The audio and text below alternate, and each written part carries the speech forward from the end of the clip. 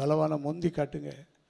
ஆண்டவர் அற்புதங்களை செய்வார். பிரியமானவரே, அவர் தாமே சோதிக்கப்பட்டு பாடுபட்டபடியினாலே அவர் சோதிக்கப்படுவர்களுக்கு உதவி செய்ய முதலாவது சோதனை யார் மூலமாக வரும்? கர்த்தர் மூலமாக வரும். கர்த்தருடைய வார்த்தையை கீழ்ப்படியும் போது அந்த ஆசீர்வாதத்தை பெற்றுக்கொள்ளலாம். ரெண்டாவது, நமக்கு சோதனை யார் மூலமாக வருதுன்னு சொன்னால் அசுத்த ஆவிகள். அசுத்த ஆவிகளுக்கு பயப்பட வேண்டாம். அசுத்த ஆவிகள் நம்மளை ஒன்றும் பண்ண முடியாது. நம்ம தேவனுடைய ஆவியோடு கூட இருந்து அவைகளை நம்ம ஜெயிக்கணும். அதனால தான் அப்போஸ்தலர் 10வது அதிகாரம் 38வது வசனத்தை வாசிக்கும்போது, நசரனாகிய இயேசுவை தேவன் பரிசுத்த ஆவியினாலும் வல்லமையினாலும் அபிஷேகம் பண்ணினார். தேவன் அவரோடு கூட இருந்தபடியினாலே அவர் நன்மை செய்கிறவராயும் பிசாசின் வல்லமையில் அகப்பட்ட யாவரையும்